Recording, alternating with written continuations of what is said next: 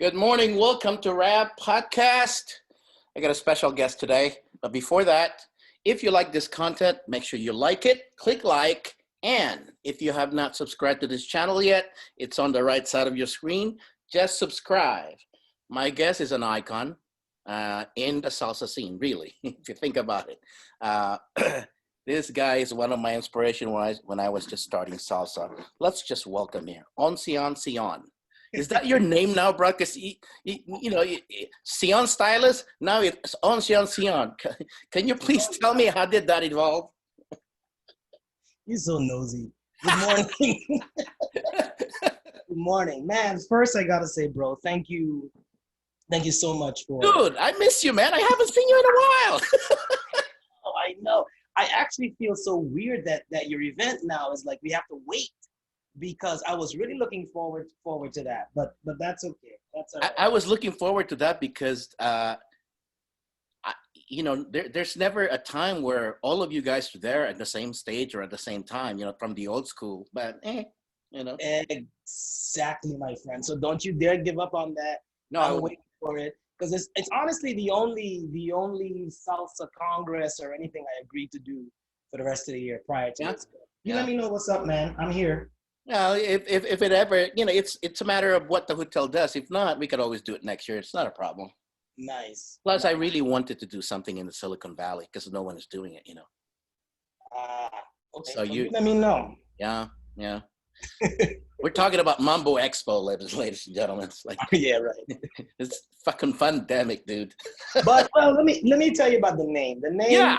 Anybody knows me as Seaon Stylist. Seaon, which is always been my name. Seaon Stylist. Right. Yeah. The stylist came because of the dancing. But man, I don't know. I think it's very, very important that once you reach a certain stage in your life, that you take full responsibility for many things, including what you like to be called. Got it. And it just seemed like my name was the one thing that whenever someone would call me by that name, it always sparked like something really cool and interesting inside of me, because I loved being called by my name. Yeah. But after a while, I was like, there's a change coming in my life now. I've grown up. I've spiritually awakened. No, you still look the same, dude. You haven't aged, dude.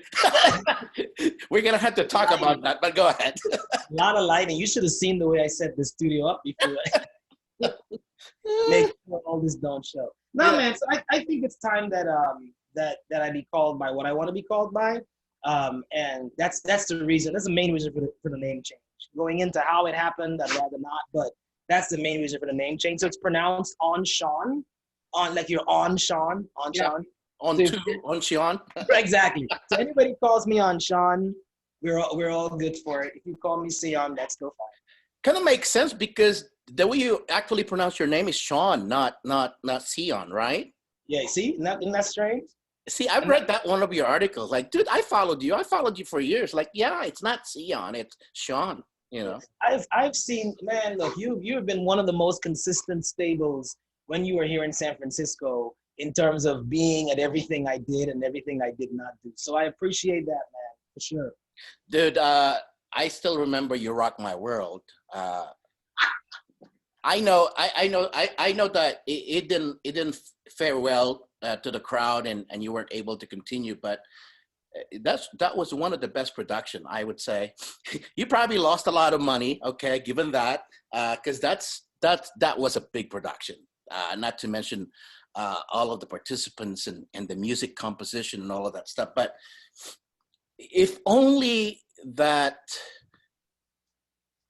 you were able to show that to other people, meaning to other powers that be, I think it would have fared well. I think we would have brought you to Reno, to one of the theater here in the hotel, like Grand Sierra Hotel. They got a big theater here. They feature a lot of, because it was something different. It was like Nestor Flores Latin Madness type of thing, but even better, Let's hope Nelson don't hear you say Sorry, that. Nestor shoots from the hip. He'll kick my ass, but Love that. Well, I tell you what, in all honesty, see, the thing about that show was when Michael Jackson died. Yeah. When Michael died, I was going through that particular day in particular. That day was a really rough day for me. And I was living in South San Francisco at the time. And I came home to an empty house because my best friend had gone away on vacation. I was really going through a lot of personal stuff. So I came home and I got on Facebook. I was new to Facebook. And I'm going through the stuff and I'm seeing stuff like Michael Jackson died. Michael, rest in peace, MJ. I'm like, what? I'm like, this can't be real. Yeah. So I kept scrolling and then I Googled and I was like, holy shit, my man is gone. Like Michael for me, was one of the biggest, if not the biggest entertainer of all time. For all of us, really, if you think about it. Exactly. Yeah. So when I came home and I noticed that, I was like, I got to do something. I don't know what I got to do, but I got to do something. And I started just writing down little things. And I swear to you, within 2 hours, I had the whole show planned. I had everything just kept flowing like this, man. And within 2 hours, I had that entire show planned. I had all the songs worked out. I called up Christian Tumalan, Christian. Yeah. I called up Christian and I was like, dude, like this is what's going on. And I need these arrangements to Latin style, blah, blah, blah. And he's like, yeah. So like right on it, we started working right away. That's why we had the first show at Kokomo's. Oh, we had the very first show about a month after at Kokomo's. Packed, man. Kokomo's was like ridiculously insane, and that show came off really, really well. And then after that, I decided to step it up. I took it to the Cowl Theater, which we did. So that's the show you're talking about, where I lost thousands and thousands and thousands of dollars. Yeah. I don't doubt it. but you like that same smile right now. You were like in the front row right there. I was in the front row. I was enjoying it, man. I really was, because there's something different in our community, What's so funny is that I actually remember, I think it was doing the merengue number or something. I was walking stage right, and you were right there near the aisle, and I just happened to look over, and you were just like this. No, you missed your like bachata or something. It's like, okay. I guess somebody's enjoying it. Yeah, man. So we did that there. That was beautiful. And then I got a chance to take it to LA, but it really took off. So I had a decent run. I had a whole new cast and crew in LA. Rebecca Mauleon did the music for me. Miranda Garrison, who is like the salsa lady and a huge love and mentor of mine. I convinced her to come on board. So she helped me with direction because, for a while we were doing like the MJ show as like almost like an impersonation thing type. Yeah. So she helped me a lot with direction and new choreo and stuff like that. Man, we had a great run in LA. I got to take it to Japan, recuperated some funds and everything worked out really good. And then I moved on to other projects. But thanks for remembering that, man. That was like my baby. That was my baby. I think it was one of your best, one at least, your best creation. Because, dude, creating something like that takes talent, number one, just to come up with a concept, right? Yeah. And then producing something like that? Are you fucking crazy? You know, right? Yeah. Many a sleepless nights, many of this, many of that. But Rod, I tell you this, bro. I decided very early in my career that I'm not going to wait on anybody to hire me for anything.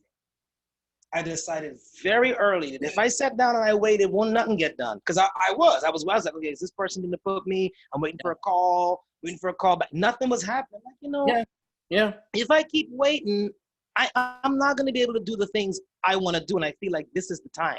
So that's one of the reasons. In our community, the problem with our community, bro, is, everybody's for themselves.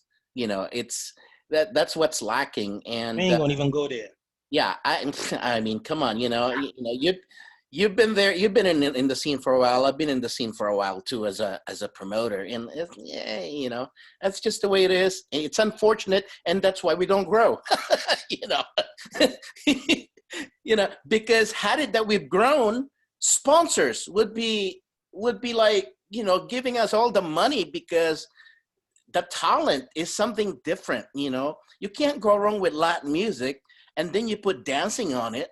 Are you kidding me? You know, it's And when you think about the talent that we have, yeah, the Latin community, in yeah, terms of, salsa dancers. I mean, like, as far as I'm concerned, you can dance a lot of other things. And if you can also come in and be a professional salsa dancer on top of that, man, it's just the most amazing thing yeah. to watch.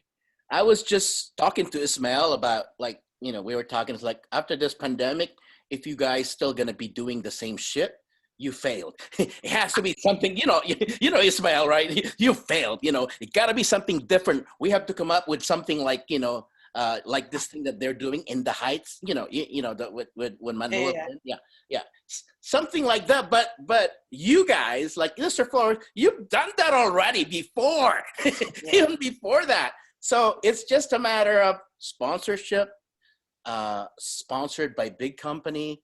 yeah.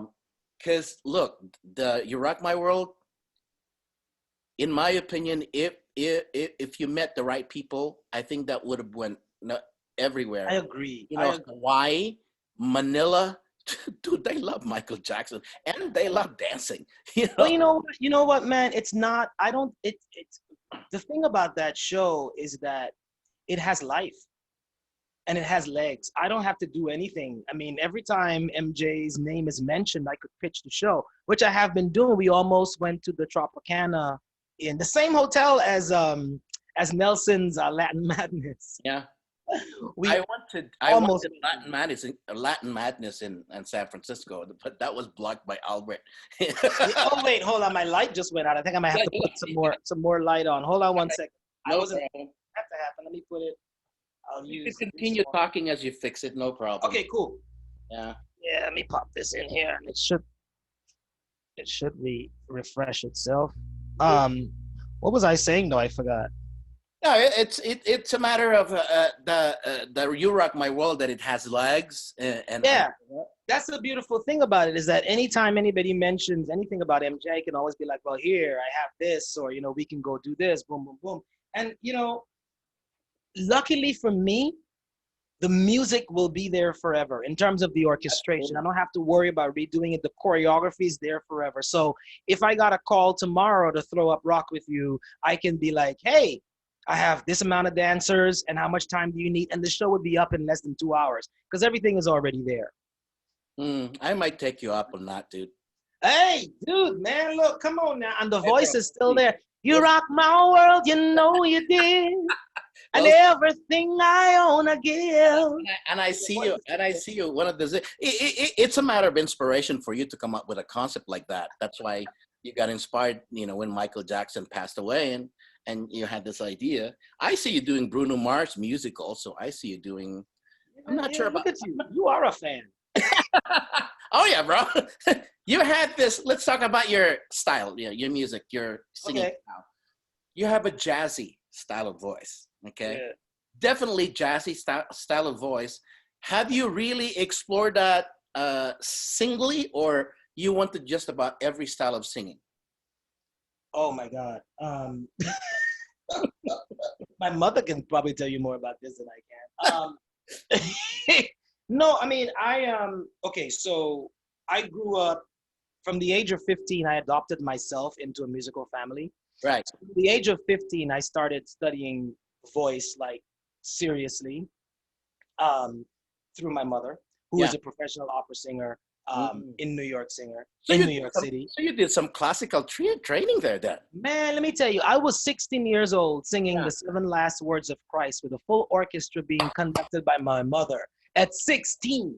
That's good. So that's how young I started, with the music. But I am like my dance, I'm a little more, I don't, the word is not wild. I just like to I can't stick to anything that's straight per se. I gotta move around, I gotta Right. do stuff. And my mother gave me a very good solid foundation in vocal technique, which can Yeah. carry through to any genre, yeah. Right. Right. So she gave me a really good foundation. And I, like I said, man, I can't do melodies for too long. I have a very difficult time sticking to melodies because I hear so much, and I believe that if Right. I'm hearing this why can I not go there? And especially for me, music is not really about singing. It's about speaking on pitch. Correct. So Yeah. in order for me to be able to tell a story, I can't tell the story the same way night after night. I've got to make some changes. For example, everybody knows the melody of "Fly Me to the Moon." That's right. Let me play among the stars. Right. So for me, 1, 2, 3, 4. Fly me to the moon. Let me play among that star. So every time I do it, fly me to the moon. I want to play among that star. So for me, every time I sing it, it should be with something different. And you don't have so much freedom in straight R&B. You have it a lot in the blues and jazz. So I took a lot of time to answer your question. I took a lot of time and a lot of studying, developing an ear for it, and learning how to play it as well. So yeah. Yeah, I like the jazzy style. I sing myself, but not as good as you, but I like the jazzy style because you could manipulate it, you could massage it, you could, you could just jam it, just like when you jam in the guitar or piano, right? You could jam your voice into the jazzy style as opposed to other style of music, Yeah. Well, the beautiful thing about jazz is, there is a melody, but then there isn't. And even if you sing 65 off notes, which most of us generally do, it's still okay because you're still within the time structure and the frame. And to be honest with you, the reason I dance the way I do is because I sing the way I do. See, that's a good thing. We'll talk about dance later on, but who are your influences when it comes to music? Oh, man. Growing up, I was exposed to two things: comedy, 24/7 comedy, and music. Like that's all we ever did. Yeah. If we weren't singing, we were laughing. Right. Or we get ready to do one or the other. But in my household, I grew up in Georgetown, Guyana, and it was 10 of us at one point in time that lived in one house. Wow. Right? So each adult was into their own style of music per se, but yet still all of the kids would be subjected to listening to that. You understand what I'm saying? Right. So, Aunt One would be into like the really old school Motown, Mary Wells, blah, blah, blah, at the time. Aunt Two would be into like, she and I actually got more into the dancing and the Latin stuff because she liked more modern, like lambada and that kind of world music, right? My uncle, who was a Rastafarian, was all about reggae. Oh, okay. Yeah, so I was introduced to Bob Marley and all that stuff as a result of that uncle. And of course, my grandmother was all about gospel. Oh, okay. Of course, we sang in the church all the time. That's a foundation right there. That's what I'm trying to tell you. So it was never like any one thing. And at any point in time, any of my family members would be like, they'd pull me because they knew I sang and be like, oh, listen, we'll sing this. Or my uncle, for example, would always put me down on Saturday afternoons at about 3:00. He would put me in a special high chair and he would just be going through song after song after song. I mean, and I'd be like, Uncle, I'm tired. He'd be like, learn the words. You sing the song. I know you play the piano. Is there any other instruments you play? Well, this quarantine has forced me to be even more creative. So I'm now studying the bass. Oh, wow. I'm studying the drums because I think it's very important that I get a better understanding for the rhythm section. Don't you have the ear for the drums already as far as beat is concerned? Yeah, definitely. But trust me, bro. Ear and beat and putting them feet and them hands together ain't the same. You can have all the ear you want to. I play the drums, bro, and I never went to school for it. Oh, look at you. I didn't even know. I never went to school for it. Wow. Yeah. Wow. It's just that I hear it. It's just like, I don't play the piano. I know the basic, right? I play the guitar, but when I play drums, Yeah. it's just there. It just makes sense for me, you know. Wow. And of course, I like classic rock, so I play with them. You know, it's like, yeah, Yeah. it's just No, really I good. mean, I definitely wanted to do something more with this quarantine time because being stuck. So like I said, I picked up the bass, I picked up the guitar, and I'm looking at them because I have them hanging on my wall. And I bought me the new Elise's Nitro Mesh drum kit. Oh Have you wow, played? okay, yeah, Yeah, I just the that works. special edition. The one with the red rims. Yeah. That works. That's good, dude. Good thing your neighbor's probably not complaining. Wait, no, but I'm like, you should have seen the hassle I went through to get them red rims. I'm like, man, I gotta be inspired by color to get up and practice. So I got that, and I also bought a violin. So I'm literally, that's a tough I'm one. learning all those instruments at Yeah. the same time. Bro, when I tell you, I literally right now study music 24 hours a day. It's 24 hours a day. That's awesome. Yeah. That's awesome. I've dedicated my life to it now. Yeah, that's awesome, dude. Yeah. How did you start dancing? And because I know your music has got a lot to do with your dancing, we know that. But how did you get attracted to it? I went on a bad date. Okay. So far, so good. Go ahead. That's really how I started dancing. And I was like, I can't deal with this. And there was Latin music playing, all blasting in the club. Because in the 90s and the 80s, we actually danced in the clubs. Yeah, not to mention you guys actually dressed up. Exactly. Yeah. We just whatever. Right. So Rastafari is bothering me. Hold on 1 second. Hold on. Yeah. If I don't pick him up, he's gonna. There is Rasta, man. Oh, Rasta. Oh my God. oh my God. Yeah, if I don't pick him up, then and this is what happens 24 hours a day. It's the kissing and the hugging and the And the loving walking. and the walking. But this one is a rescue, as you can see. So he's How long do you have the dog with you? I've had Rasta almost 2 years now. Oh, okay. And the other one, Angel, which is down there, I've had him for 4 years. Oh, okay. Yeah, you want to go down for a second, maybe, so that he can talk? Yeah. He has no manners. He's constantly trying to stick his tongue in my mouth. Look, always the case with my little man. Okay, come on, go down. What was I saying? You had a bad date. Tell me about your bad date, dude. Oh, right. So I went on a bad date, Yeah. and there was Latin music playing, and I ditched my date, and I decided I wanted to go. I sure did, because I was not having a good time at all. So I decided I wanted to go learn and see what's going on. Yeah. And that's exactly what I did. I left, I went on the dance floor, and I was watching it, and I was like, wow, this is interesting, because I was always exposed to it, and I knew that I wanted to, do something with it at some point in time, but I didn't realize it was such a social dance. I really thought it was much more, even though it is, I thought it was much more choreography. Right.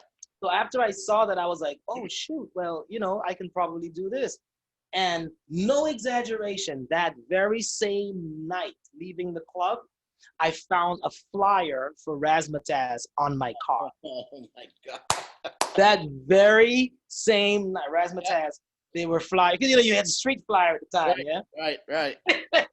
So there's this big street flyer on my car, and I went the very next Saturday, and I started. That's how I got into it. Wow. Yeah. Dude, RAV22 are known for doing Power 2 or Classic 2 as they call it. What the hell is the difference between Classic 2, Power 2, between Eddie Torres, Modern 2? I made a whole video about this. Oh, okay. Is it on YouTube? Yeah. So for anybody who is still here in this interview,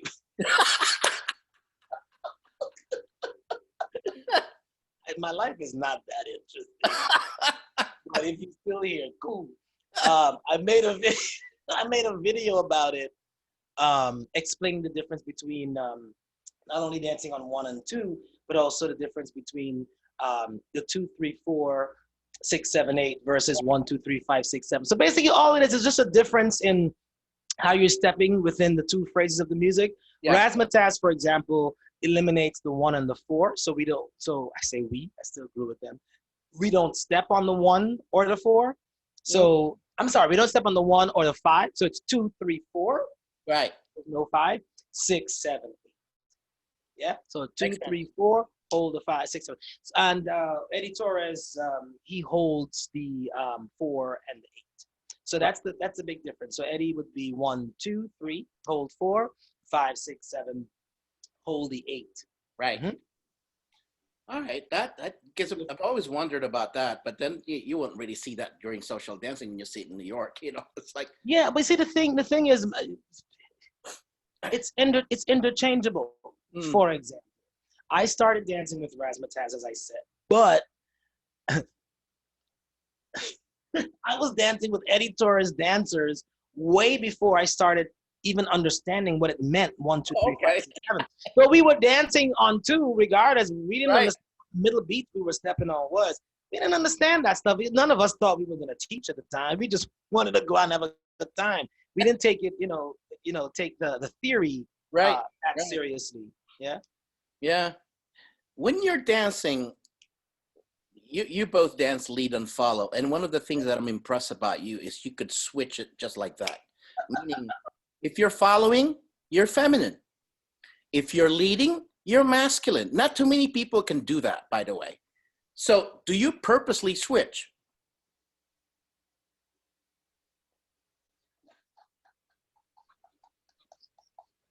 It's a good question. No, it's a legit question. I'm just laughing because I'm like, I really don't think about it as such, honestly. You don't, huh? Mm-mm. I see it though. I understand. Yeah. I can try to give you an explanation as to why it seems that way, but I don't think about it. I think about it in regards to submission. Understanding the role of the follower is to submit to what the lead wants to do, right? Not to be dominated, but to submit to what's happening with the lead, right? And when I'm leading, I feel like I have a responsibility to be as clear as possible. That's the first thing, because I don't like to be misunderstood. Yeah. I feel like I have a responsibility. Oh, this coffee is kicking in. No, this shit, I'm not feeling it yet, man. No? Nah, I probably take some ephedrine after this shit, man. I do. I'm gonna go work out after this, but yeah. You did say it's a podcast, so it's good. It's good. What was I saying? Yeah, so and when I'm leading, I feel like I need to be a little more assertive. Yeah. But also, I never focus on styling when I'm leading or following. Right. Especially more so now. Prior in my earlier days, I did. Let me not lie. But the more I've become comfortable with the music, and falling in love with the music again, because we started dancing for the love of music, not for the lights of the stage, right? Yeah. So falling in love with the music again just totally makes you move in a different way, especially if you allow yourself to be taken over by it. You have to allow yourself to be taken over by it and allow the music to tell you what to do in that place, not you necessarily manipulating it. So yes, I think that is what you probably notice. You probably notice me just being a little softer in terms of submission, and then when I'm leading, I try to be very square when I'm leading. Right. You know what I mean? Like really square, so that my partner is really more focused on what they see here versus me styling and doing a million things. Yeah, that don't work well, Yeah, I mean, look, you got all of this cool movements. Of course, you're known for a person who could really spin well as well, and I'm sure a lot of people bought your videos for that. But as far as spinning is concerned, but I mean, when Rodney, I don't talk about my career. So this is, I mean, you're like literally like bringing up stuff I have to think about. I don't talk. I know this because I searched everything in YouTube for your interview. No, there's nothing there. Nada, sir. Nada. Good luck finding interviews and good luck finding pitches. No, but it's good to for the masses to get to know you a little bit because you're not just a dancer. Jesus, you're an all-around person. I mean, not too many people know this, that when you're not dance gigging, you're doing some singing everywhere, clubs, and we're talking about all over the world, not in the United States. Man, blessing, true blessing of a career. I tell you, man. That's one of the reasons now I'm so grateful and even more humble now. It's because besides winning my Grammy, 90% of what I set out to do in my life from the age of 10, I've accomplished many times over. Many times over. And it's such a blessing. Sometimes I look back and I'm like, damn, dude, really, like, boom, like but I worked hard for it too. Don't. That's the key. You gotta work. Don't get it twisted. Yeah. Don't get it twisted. I worked hard, really hard, for dance and music and doing my own thing again because nobody wanted to hire me. Nobody, I remember my first musical audition my mom sent me on. It was for the show called Five Guys Named Mo. and I went, I think I was 15 or something. Yeah. And I went to audition for Little Mo. And I'm sitting there, I'm singing my heart out, let the cats all criticize. And I'm going on and on about the song. And at the end of the thing, the director stands up and he's like, beautiful voice, but not what we're looking for. Uh-huh. They usually say that. So, from then, I mean, that's just one thing but going on. And I'm like, wait a minute, man. If I want to do what I want to do, I'm going to have to do it myself. And I'm going to have to find a way to do it myself. Now, granted, I haven't made the best financial investments decisions in my life. Lord knows I have not. Because had I done so, I would not have been able to accomplish what I've accomplished. Right. Man, luckily for you, you got everything going down. God bless you. We're going to spin praise on you, Rod. But ain't all of us blessed in that department where we're so focused. No, I mean, because, coming from an artist's perspective, it's just like art. I got to do it. I got art. How do I do it? I don't care. Art. I mean, for me, that's what it was. I don't know about nobody else. And nothing would stop me until it was done. You have no idea what, I know some promoters are in for the money, but for me, I don't think you follow all of my festival, but FYI, half of the artists there are unknown. You've never heard of them before, but they have talent. Yeah. And so I give them a chance. I expose them, I promote them. And that's what I've been doing since the beginning, because like you said, no one's going to invite you, right? It's like, oh, I'm not getting this because they haven't discovered you. And so that's what I do. Exactly. That's what I do at my festival. I create a vehicle for this unknown or underrated artist to have their fame and to show their showcase right there, and that's what I do. And of course, when you do that, you don't make money. Who you telling?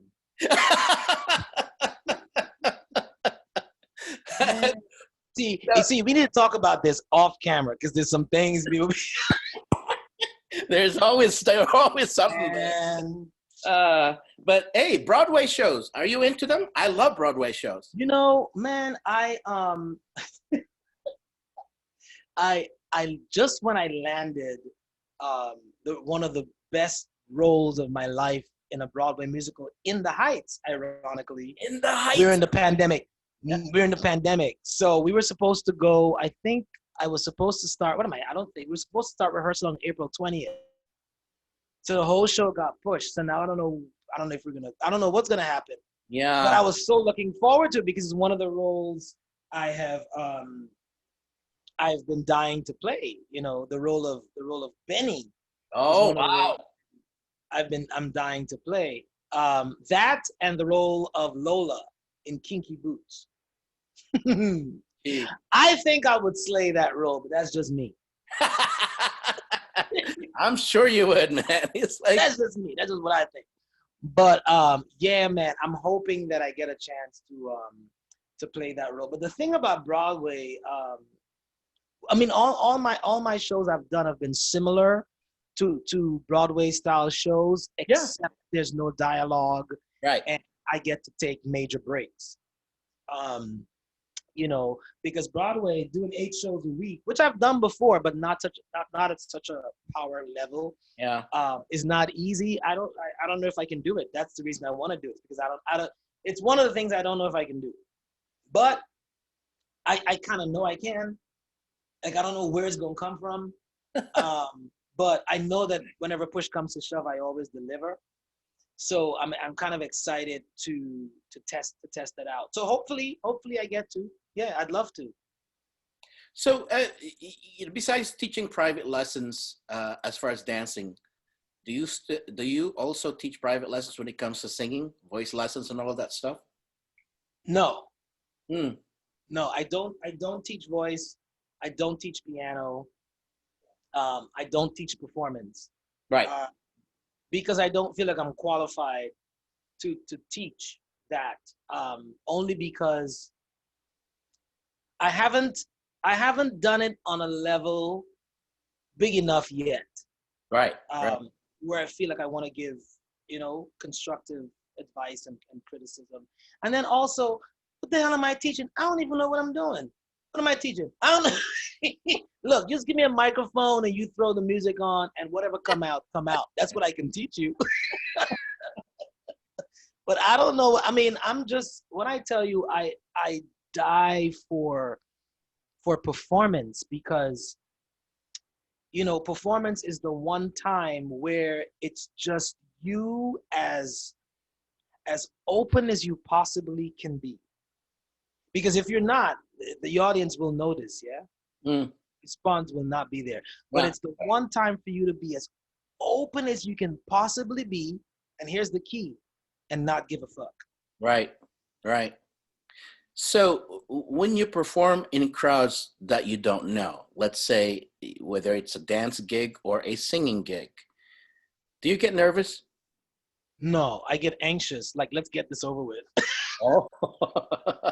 I figured you got all your fun when it comes to public speaking, because it's all about public speaking, really. You got that from comedy, stand-up comedy, and the performances that you were saying, the singing performances from the artists. Because for me, where I got my public speaking is just watching all of these comedians. How they work the audience, even the hecklers, how they handle them. It's like, for me, they're the best example for public speaking for me. I never had to study comedy. Right. Everybody I was around was just always funny. Right. You understand? Like, no, I'm serious, bro. I'm not exaggerating, bro. No, I agree. If you went to my country, yeah, and you were there just for like 1 hour amongst just my family, you would leave with your stomach just hurting. You probably may not even understand 2 words they say, but everything is just, and it's not just comedic. It's comedic with sarcasm and love. Right. For example, if you're standing in front of the television, instead of them going, move, they'd be like, are you made of glass? You see what I'm trying? So it's like, that's when you grow up with that, like every second, like, it's okay for me to be on stage and say whatever, because I trust that whatever come out is just gonna be. I love sarcasm type of comedies with Don Rickles and all of those people. Like, if you hang out with my family and there's a song and you're singing the song, yeah, it's like, hey, who's singing the song? Right. Bruno Mars. I was like, let him sing it. Yeah, no, I know, man. I know. And we were raised. I mean, every night going before I went to bed, we watched at least 1 or 2 episodes of The Cosby Show. Because that was the only thing that was accessible to us. Yeah. In the Black family. So that's what we got. So, and then we go to school the next day, and it'll be the talk of the whole school, because only like 6 of us had televisions. Nobody had no TV, so the 6 of us that had TV had to sit down and tell the whole class what happened. And you better be funny, because if you don't tell it funny and sing all the tunes, they're gonna talk about you too. Yeah. So, yeah. What's your, so you said your country. Where did you grow up? What's your heritage? I grew up in Georgetown, Guyana. And Georgetown is a town. Uh-huh. Guyana is the country. Oh, I see. Yeah. It's the country of South America. Deborah Cox. You know, if you don't know music, how did you get here? I know. She's a history of heritage of Guyanese as well. I have to give that little plug, because you know they think Guyanese people don't do something, but we do. Yeah, no, man, that's what I was raised. I was born and raised in Guyana, and I left Guyana at 14 and a half, and I moved to New York. Okay. Yeah. Do you still, your colleagues, like your former partner, Amanda, you still talk to them and you still hang out with them? Yeah, we keep in contact, man. Yeah. I mean, the beautiful thing about this life is, you know, we all grew up together. Yeah. You know, we grow apart, we come back. You know what I mean? Yeah. And it's important. It's very important for love to remain, man, especially now. You know, with everything that's going on. So we can't lose touch. I'm very much still in touch with Amanda. I'm in touch with Eddie and Marie. Every time I go to New York, I'm in class. Not as fast as I used to, but I'm there. I'm still doing the steps. I mean, yeah. What's your dream job? My dream job? Oh. And money's not a factor. And money's not a factor. Really? Really?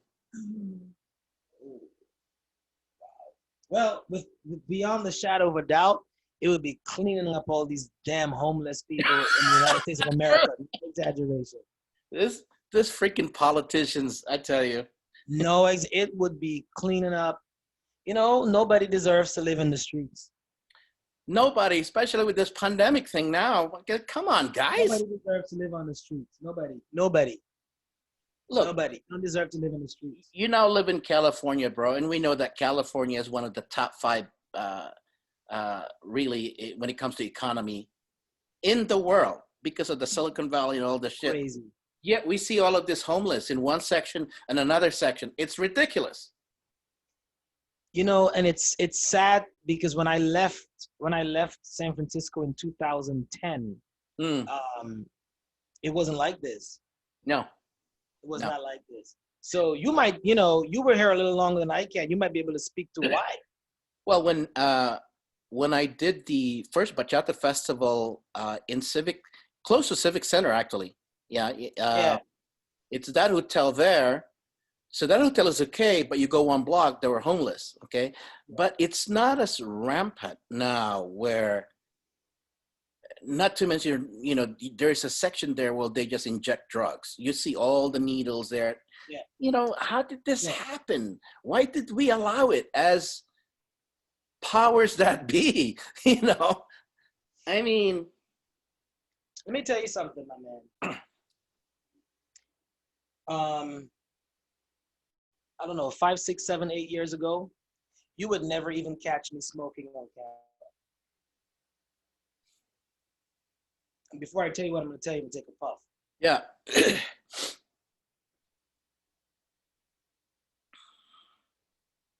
Many people are talking about the year 2020. Yeah. 2020 for me is a breeze, bro. You should see my 2019 and 18. Really? Now, did you go into depression? Oh man. See, that's why I don't do interviews. Nah, that's why it's podcast. Don't worry about it. I was homeless, bro. In San Fran? For a year and a half. Wow. Exactly. How did you overcome it? That's 2 years of suffering, dude. A year ago, I was living in my car with my 2 dogs. Wow. Just a year ago. I know a lot of people don't know. You see me on Facebook. I go to work. I sold out 3 shows at Martuni's Piano Bar and went back to my car and slept. Wow. It was really, really, really bad. It got really, really difficult. this is why you feel for the homeless right now, because you were in their shoes. Man, I'm telling you, no one deserves to be living on the streets, because the thing about what's happening on the streets Yeah. has absolutely nothing to do with drugs. Yeah. Yeah. Has nothing to do with drugs. True. Because I promise you, had those people received the love that they needed from the people that they needed, Yeah. they would never be on the streets. And this is what people don't understand. You see somebody that's homeless, and the first thing they go, oh, drugs, oh, they're crazy. Yeah, because you know what? The drugs is the only good relief they've had in a very long time. Because that's the only thing. There's anybody who's addicted to anything, and we all are addicted to something. Don't believe me? This is what you're probably addicted to then, watching TV. Yeah. We all are addicted to something. And whatever your addiction is, it's much deeper than just the physical. It's here. And it's a detachment of some kind. And if you don't have that attachment to whatever it is that you deem true and sincere for you, you are going to end up looking elsewhere. It's just that simple. It's human psychology. Right. You know, and unfortunately, it took me, you know, not living in the Castro, but living on the Castro with my 2 dogs to discover this. Psychologically speaking, though, it seemed like you had some inner strength there, because you still went to work. You were still able to go to work, right? The only thing that mattered to me, the only 2 things that mattered to me were music and sex. Those are the only 2 things that kept me alive. Not necessarily in that order either. Right. Those are the only 2 things that kept, and by sex, I mean intimacy. Right, of course. Because the intimacy and the affection of anything is what you need when you're in a position like anything, anybody that's loving is what you need. And not from a distance.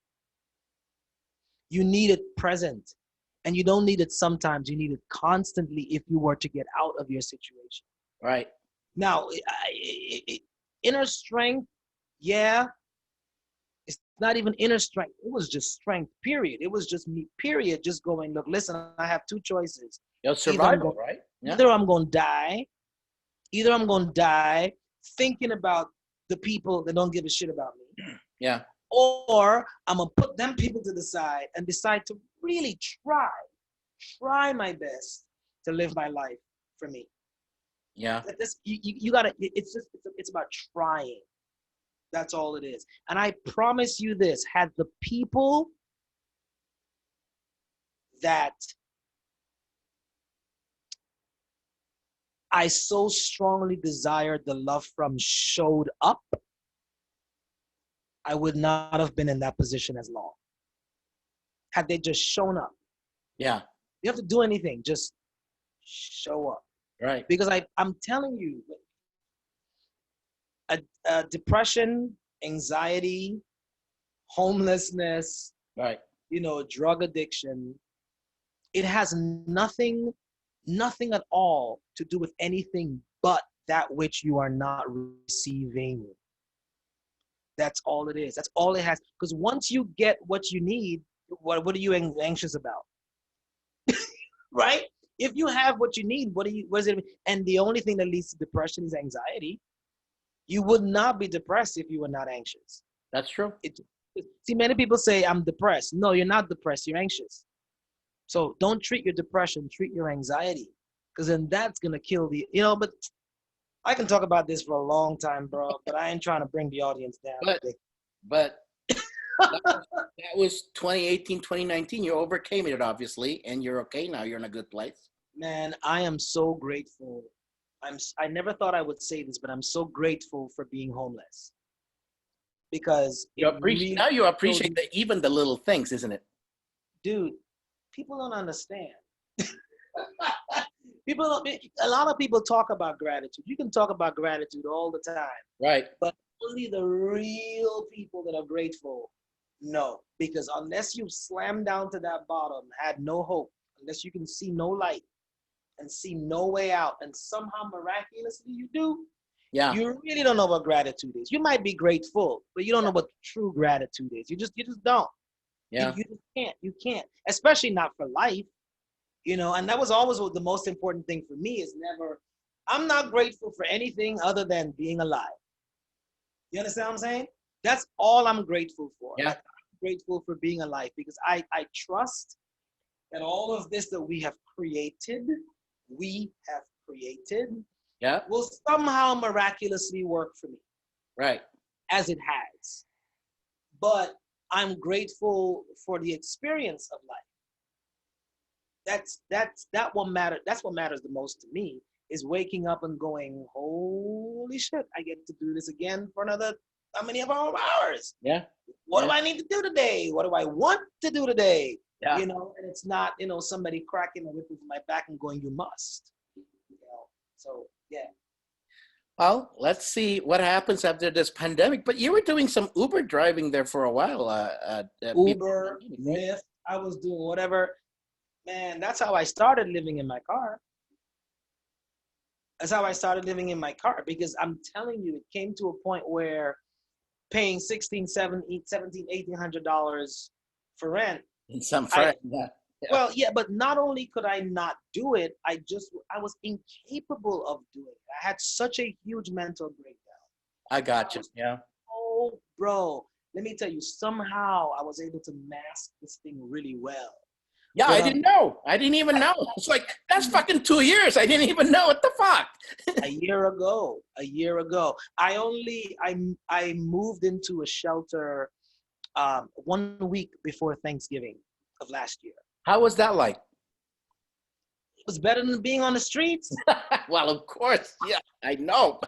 Better than sleeping in my car with my 2 dogs. You know, the thing is, it's not even so much that I couldn't have secured, you know, found somebody to be like, hey, you know, OnSean, come stay with me for a couple of days, whatever, which some people did do, but after a while, they just couldn't take it anymore, and I understand. Right. But I had my boys. I wasn't finna give up my boys. I had my Right. boys.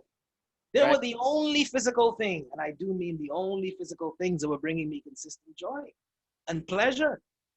You know, I'm not gonna give up my boys. So if it meant I gotta live in my car, then so be it. And if that's how we gonna go out, then let's go. But I didn't have a choice. Yeah. So I lived in my car with my boys, and ironically enough, on the day that I secured housing, they towed my car. Ah, shit. They towed my house Oh, with my 2 dogs in it. Yeah, from Mission and 12. fucking Which is A. where the homeless, which is where the office that I had to go apply for housing was. Right. So I was parked there, waiting, and then I went inside, left my boys in the car, came back out, car was gone. They towed my car. But luckily, I was approved, thank God, for housing because I did not know. Because you gotta understand, bro, I couldn't see my way out. You know, when people talk about they really couldn't see their way out, I could not see my way. I didn't know how I was going to move from A to B. I just didn't know. Right. You know, and I was not on any medication. Yeah. I was trying to do this solely on my own. So when this housing thing finally happened, I'm like, oh my God, now you mean really I get to have a bed somewhere and I get to take my dogs with me. Yeah. That was the big deal. I got to take my dogs with me. So thankfully for that program has saved me. I got into a shelter. From a shelter, I got into an SRO. From an SRO, I got into a 1-bedroom. And I'm living my life, you know, recovering now. Good. I'm literally recovering now. I'm glad you are. I'm glad you recovered, and I'm glad because I didn't, dude. When I was asking you to do the Mambo Expo, were you in recovery already at that? I was. If it were prior to December, yeah, I was homeless. Fucking A. Yeah. Jesus God. Yeah, and not by choice because most of that time I don't remember. All I remember was just doing what I needed to do to survive and asking the universe to get me out of this as quickly as you can. Just get me out of this. Let me learn what I need to learn, but get me out of this. You're not the type of person who would ask for help, do you, huh? No, not necessarily. I don't. Simply because I don't like people having to remind me of what I asked for. Right, right. You know what I'm saying? Because people have a tendency to do that. You remember when you need it? I'm like, dude, like, come on now. Well, certain people are just assholes, but Yeah, yeah. So yeah, but again, I could have gotten help, Rod. I could have gotten help, but many people who would have been able to take me in for weeks or whatever couldn't accommodate dogs. I see what you mean. Okay, okay. So I mean, I can't. What am I going to do? Give them up? That wasn't even an option. And then also, I was not mentally, I couldn't, I couldn't, bro. It was bad. It Here's the was thing about dogs, bro, because you're not the only artist that I heard this from. We're talking about Mickey Rourke, even fucking Sylvester Stallone, Jewel, and their therapy during that time were their dogs. Isn't that interesting?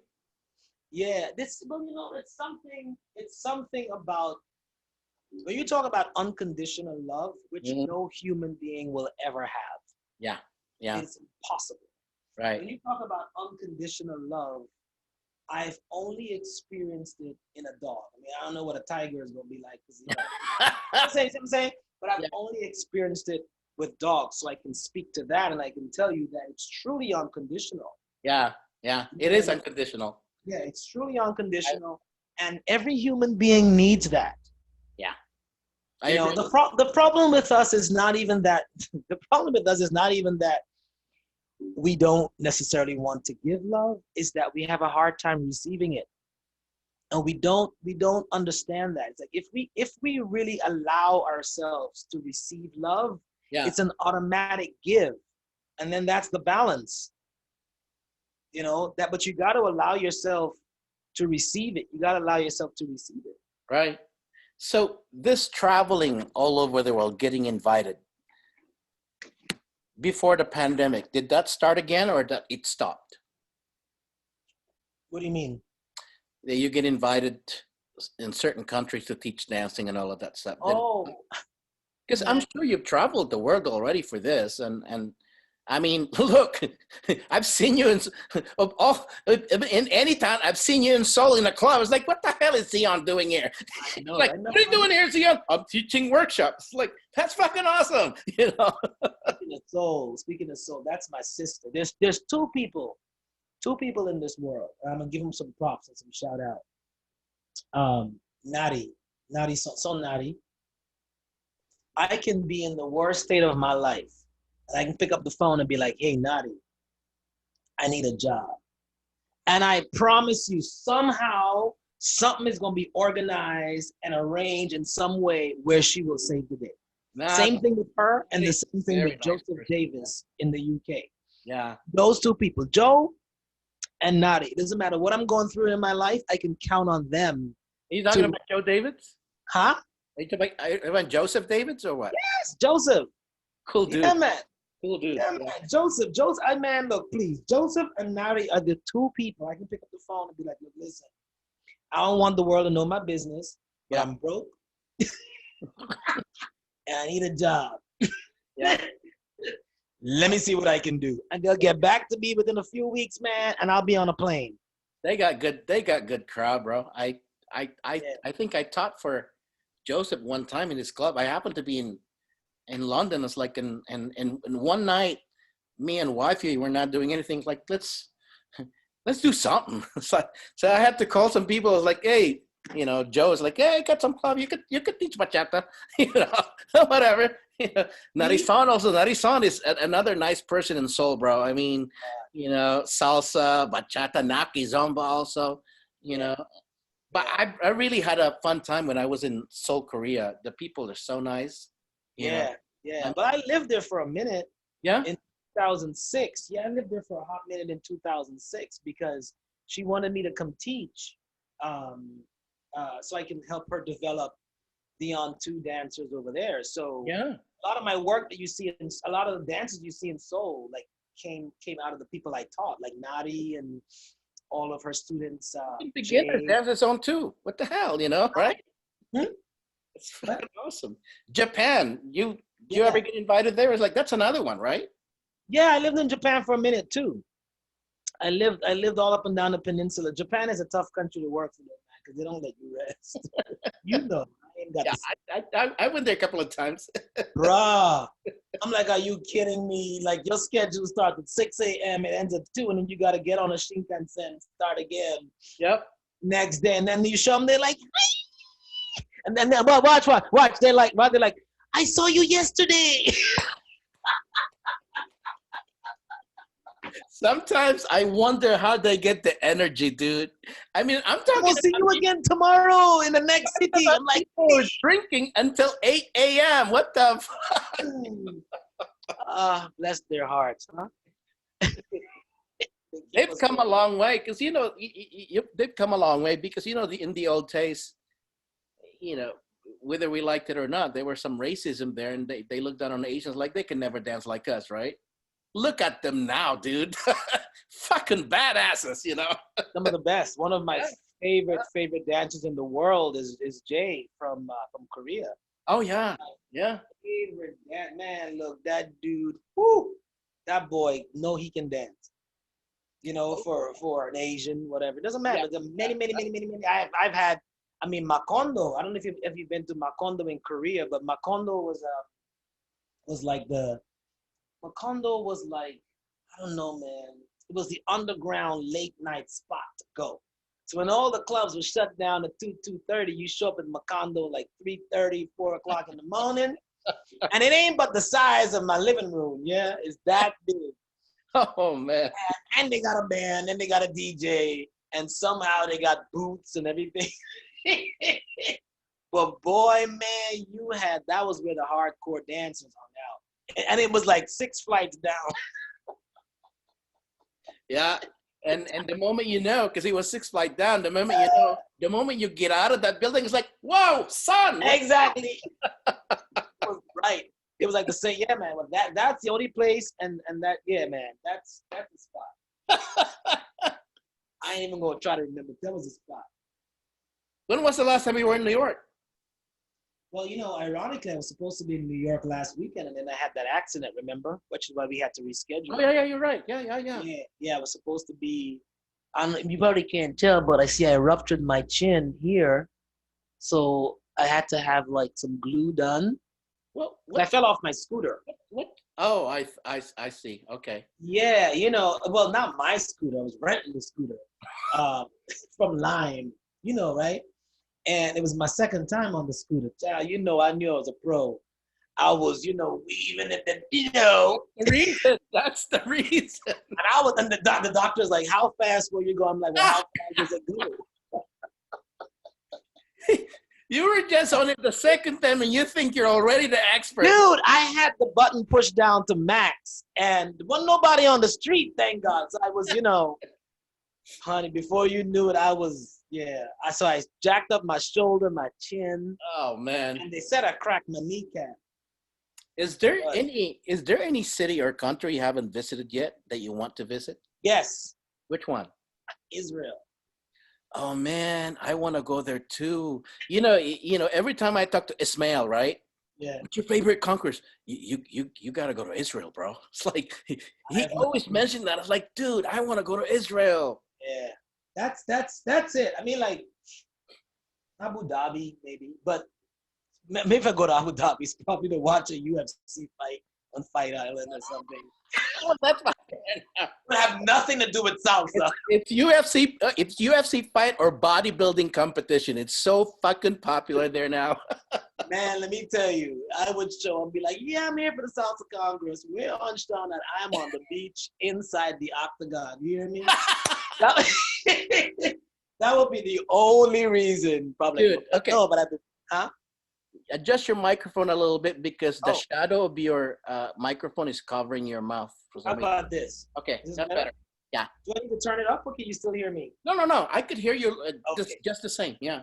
UFC. So, do you follow it? Man, I love watching somebody get punched in the face. Oh my goodness. Wait, no. Do you like submission better or you like the knockout shit? No, I like a good spinning wheel kick. Yeah. No, man, I the reason I started getting into martial arts is quite sad. I'm not gonna bring it down. Yeah. But I was like, I just love it. I love it. The strength that fighters have, the things that they go through, the strength that they have, is what I needed at the beginning of my time. You know. Oh, So, okay. yeah. So people ask me like, why are you watching this violence? I'm like, I'm not watching the violence. I am watching the strength to persevere because that was the only place I saw it at the time that I needed it. If that makes sense. Have And you then I got addicted. have you ever seen their training? I mean, it's brutal.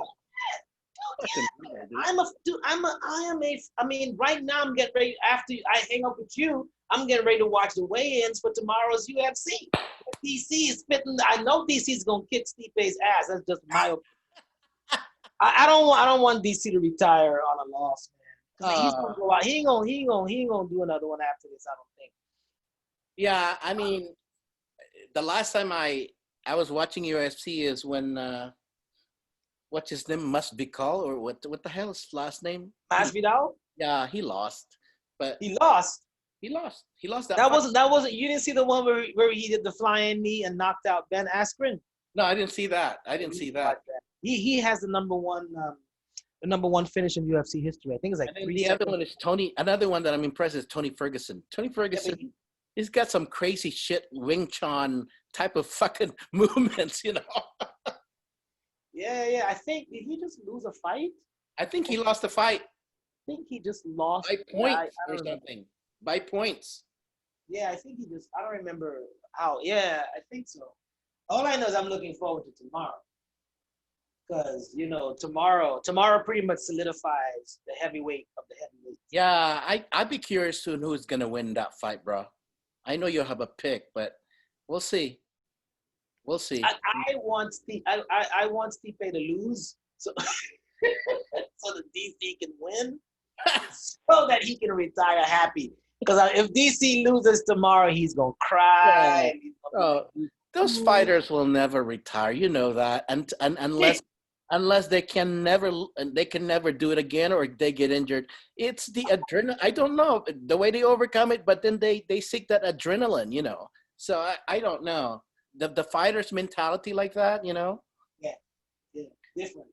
They'll never retire unless they can't do it anymore. That's just the way it is. But well, it's good. It's good to know that you have other pastimes besides dancing and singing. Yeah, dude, for sure. I'm just as normal. That's a good thing, dude. Into a good fight. Yeah. Well, hopefully this pandemic will be, I mean, we have to come up with a vaccine, or actually there are several vaccines that are developed already. It's just a matter of approval, and the mafia, I call the mafia, whoever has the big pockets gets it, you know. And then when that is done, then it takes a while to get it approved for everyone, you know. So well, realistically, I heard, I don't remember who it was I heard. Somebody said at the end of 2021. yeah, When I'm looking at that too, early 2022 or late 2021. But man, if we dying at the rate that we dying, how many of us is gonna be left by then? I don't know, dude. If we die, 800 people are dying, 1,000 people dying a day. I don't Well, know. look at flu and other viruses though. I mean, that's taking a lot of lives also.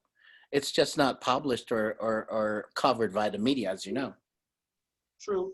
And influenza already has vaccine, several vaccines. Right. You know. I'm looking at your bar behind you. Huh? I'm looking at your bar behind you. Do you still drink? I do. Yeah. Yes, I've been trying to cut back. I mean, I drink like a beer every 4 days. Yeah. I was just talking to Andrew Cervantes the other day, and he was looking at that too. Yeah, I see it. Yeah. Mm-hmm. I see it over there. But look, I hope thing is going to be over so we can all hang out again. I really, I want you there. I want Frankie Martinez to be there. I want other people from the old school to be there. I mean, Mike is already agreed because of his musicality class, you know. Yeah. I was just talking to Frankie the other month. It's like, dude. Martinez? Yeah. We need. How's he doing? I was, oh my God, I was He's still doing his art, he's still doing his art like this. Yeah. Boy, I can tell you some stories about Frankie. I give him a lot of respect, because his training is from the fucking traditional Japanese karate, bro. Well, yeah, I mean, It's fucking hardcore shit, but Frankie's been a martial artist for as long as I remember. Yeah. When we met at Eddie's class, he was already heavily involved. Yeah. But you guys were in the same batch, right? Yeah, Frankie and I were dance partners at one point in time. How was it like training with Eddie Torres, dude? What do you mean? Let me give you my impression of Eddie Torres, because I took one of his classes. Okay, let me give you my impression. It's like I was taking a footwork class. Okay. He doesn't really break it down that much. You either follow it, you get your coffee there, and you're there for 3 hours doing the footwork. Now, when he teaches you guys, does he break down techniques? No, you see, the thing about Eddie was, at the time when we were learning, he didn't do a lot of dancing at the time when we were learning. Yeah. Because again, it wasn't no congresses. He had no shows to get ready for. Yeah, true. But he danced for. That's true. So he would he would just call one of us in front of the class. Be like, hey, my name was Seaon, or Seaon. Well, what I would do is I'd stand in the back of the class because I knew he was gonna call me down. So for some reason he'd be sitting there, be looking around, and he sees me. Is that Seaon back there? Seaon, come. Okay. I can't hide. I tell you, I can't hide. So he'd call us down, and man, that's how we learned so many shines because he just called the name. Yeah. Forward crossover, front double cross, Susie. Right. You do that, you keep doing it. Front double cross, toe heel toe. Yeah. Kick flip. Even back step swim. Come on with it now. Come on. I don't feel. Let me see that Susie Q. He's like the worship leader. True story. I could see it because when I took his class, I think he was Junior Junior was just leaving class. like 13 years old. He don't care. He's somebody. I'm telling you. Eddie would call somebody and be like, hey, you know the step. God forbid you don't know the step. He'd be like, cover yourself. Cover yourself.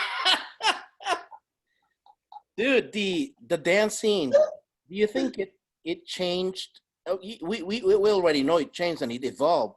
Do you think it evolved to even better things now than before? Because for me, personally, I call it the glory days of salsa dancing. I don't see it. I still miss those glory days, I mean, what do you think now? I mean, nowadays it's a little different, Man, unfortunately, they ain't never know going back. Mm. It don't matter where you are now. Yeah. They ain't never know going back. Yeah. So the beautiful thing about humans is we have a beautiful, beautiful imagination. True. And a very, very vivid sense of memory. Right? Yeah. So luckily for us, we can sit down and memorize and watch back. But those days that we call the glory days, and you and I know what I'm talking about, they're gone, baby. Yeah. They're gone. Sadly, right. They're gone. You're right. They're gone. Yeah, man. I mean, because, the moment you monetize anything, shit changes, don't it? That's true. The moment commerce sticks in, the moment you start doing anything for money, there's a sense of something that gets lost in the equation. And unfortunately, and fortunately, because if it weren't for that, many people won't be exposed to it. And I'm grateful for it, certainly. Yeah. But, I mean, the days of wanting to learn salsa for the art form is gone. It's the same thing like today. You have musicians all they want to do is learn how to play their instrument. They don't want to learn. I'm sorry. They only want to play tunes. They don't want to learn the instrument They don't want to learn theory. They don't want to learn how to speak the language. They just want to just play some songs and play a gig and make so. It's the same thing as now. We have people who, man, look, I remember the times when Frankie and I, for example, because Frankie and I hang out a lot, we would go to Kokomo on a Tuesday night, and after we done danced our ass off, it's like 1, 2, 3 o'clock in the morning, whatever. Then we're like, okay, let's shine off. What the hell is a shine? You do a shine, I do a shine. No repeat. You can't repeat. Right. And we go through shine, shine, shine, shine for like 10 songs. You show me anybody today who can go through, 10 shines. Yeah, no. And then they say, well, how do you dance the way you do? I dance the way that I do because I dance. And doing this is not dancing. You can do partner turns all day long. You ain't dancing. Yeah. It's not because you can't be dancing and doing this at the same time. Right. It's a split. Dancing is a complete release of anything and everything. Mm. So once you do that with the music, you can only do that to shines. And unfortunately, you got to learn some basics. You got to learn the dance. You got to learn what it means to a 1, 2, 3, 5, 6, 7 versus the 2. How big are you in basics when it comes to training your students?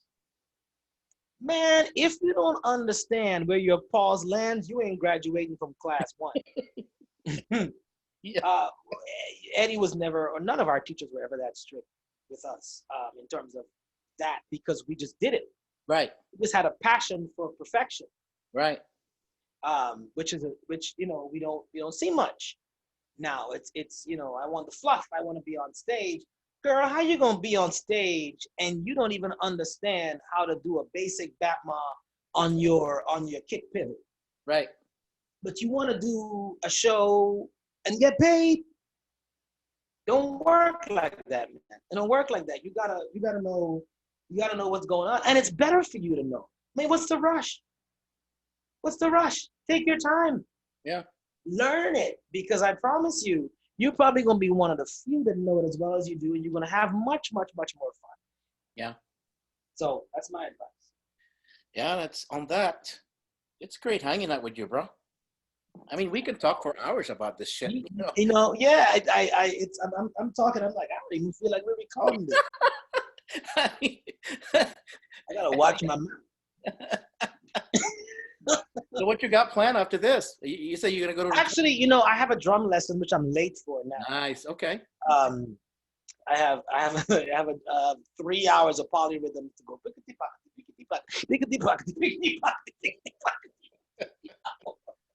You live in a centralized area where you could just walk there and go for lessons. Yeah, man. Thank God where I'm at. Bro. It ain't the nicest, ain't the safest, ain't the cleanest. But it's fucking centralized. Praise Jesus, I got a roof over my head. Yeah. And I can just hop on anything and go in any direction. And as you can see, nobody bothers me. Nobody bothers me. But I'm not here all the time, actually. Where I'm at now, I call this my rehearsal studio, because this is where all my instruments are, and this is where I come to do my rehearsal. But I'm renting another place at an undisclosed location. Of course. Probably the best way. That's comfortable for me and my boys. Where can they find you? What's your website nowadays? OnSeanZion.com. This is Angel. Angel's been trying to say hello. Hi, Angel. Now that's the type of dog I like, dude. Angel? Yeah, what's it? Huh? You don't like my black dog? What kind of dog? Don't go there, dude. What the fuck? What kind of dog is Angel? Every time I'm walking on the street, people are like, what dog is that? I'm like, you racist.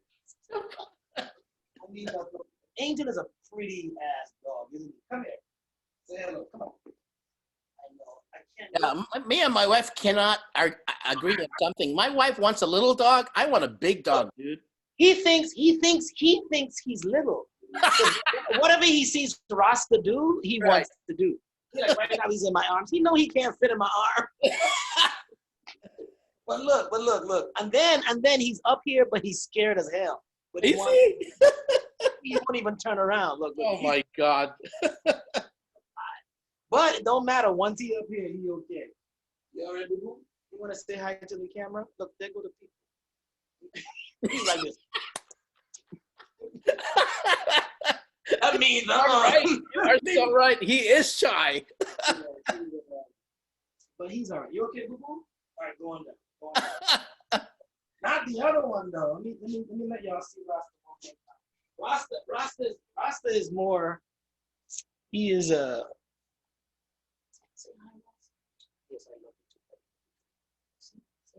Hey.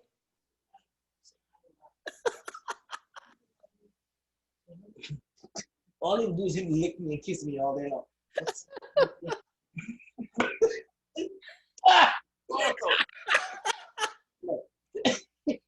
Dude, I wash my face like 10 times a day. Yeah, you're killing me here, I'm man. telling you, bro. He doesn't stop. No, now look, he wasn't talking to the microphone. Same. And you know, you can't tell, but his tail, he has a very short tail. Uh-huh. And whenever he gets excited, so like right now he's sitting on my lap, it's like a friggin' vibrating, and he's so happy. Yeah, he gets really happy when he's with me. He's a rescue, so I think that's probably why.